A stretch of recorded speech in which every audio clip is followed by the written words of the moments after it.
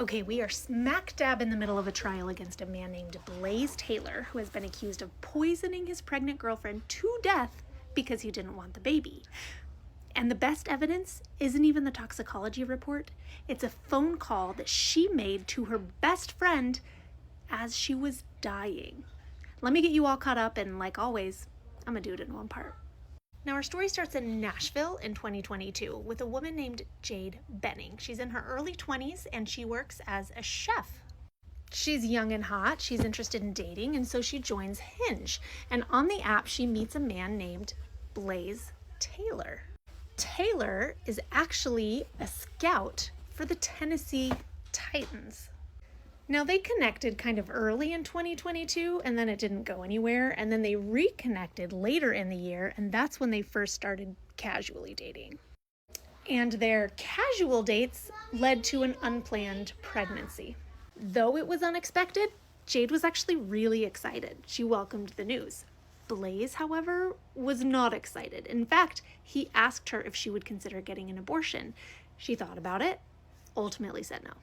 Blaise at some point, some way, somehow made it clear he was not on board with being a dad and having this baby. And so they decided to go their separate ways. Jade knew she was going to be raising this baby on her own, so they just stopped talking.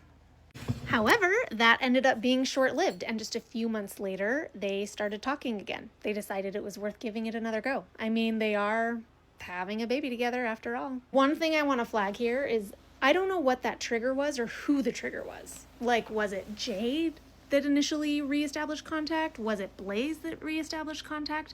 I don't know. I hope that will come out in the trial. One thing I will say is after that contact was established, Jade was the one that would always set up the dates. So she would reach out and say, hey, I'd love to see you tonight. And Blaise would either say yes or no. I interpret that to mean that Blaise was the one in control and Jade was the one wanting this relationship. Now, on a night in February of 2023, Jade invites Blaise over for a date night, and they're going to do the wine and painting type of thing. And she's a chef, right? So she's going to make chicken Alfredo. Apparently she's known for this type of meal, and so her best friend, since she was 6 years old, asks if she can swing by and pick up some of this chicken Alfredo, and Jade says, of course, come on over, and you can meet Blaise.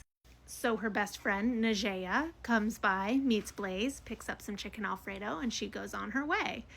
And the date night continues. We see the date night continue through some photos of some of the artwork that Jade was working on. In fact, she was creating some paintings for the baby's room with inspirational sayings. So at some point after that picture is taken, the night must take a dark turn, because the next thing we know, Najea gets a phone call from Jade. She picks up the phone and she hears Jade's voice. Jade says, "What did you do? What did you do?" Najea is like, what? Like, what are you talking about? Jade then goes on and says, "Blaise, you're scaring me." And she hears Blaise respond, "You're scaring me." And it's at this point that Najea kind of understands she's hearing a conversation. Jade clearly knew something was wrong, something was happening, and she wanted a witness. And she called her best friend. She goes on to say, "I know you put something in my drink. Show me your pockets. Empty your pockets. Let me see what's in them." And we hear Blaise say, "There's nothing in there. There's nothing in them." And then she says, "I know you put it in my drink because my legs are numb. I can't feel my legs. I can't walk. What did you do?" Now, it's at this point that Jade's having a really hard time talking. Her words are becoming more and more slurred. They're really soft. Najea does hear her say, "It's because you didn't want the baby." But at some point, it goes silent and the call drops. Najea freaks out, understandably, and she starts repeatedly calling Jade's phone again and again and again. Eventually, it is picked up. Not by Jade, but by Blaise. She asks Blaise, "What happened? Where's Jade? How's she doing?" Blaise says, "She passed out. I'm about to call 911 right now." And he does. But we've heard that 911 call. And on that 911 call, he says, and I quote, "I'm at my buddy's house, and I think they're having an allergic reaction." He never once mentions that she's pregnant. The paramedics come, and once they're there, she is foaming at the mouth. She does not have a pulse. They work on her. They are able to get a pulse back. However, she does eventually die. The brain damage is too great, and because she dies, her unborn child also dies. Now, they obviously do a toxicology report, and what they find is that she had an enormous amount of cocaine in her system. Cocaine that had been dissolved in some sort of liquid. And the medical examiner says it is more cocaine than she has ever seen in her history working as a medical examiner.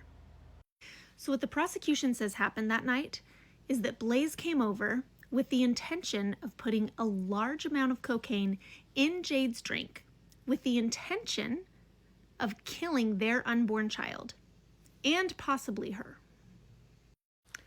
What the defense says is that she did that by accident. She took that cocaine on her own.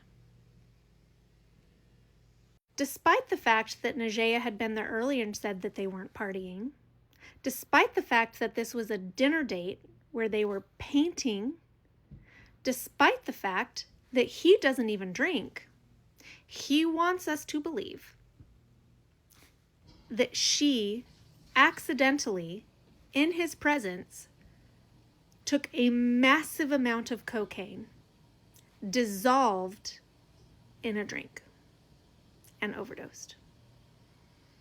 And that instead of telling that to the police when he first called them to try to get her help, he told them that she was having an allergic reaction to the food.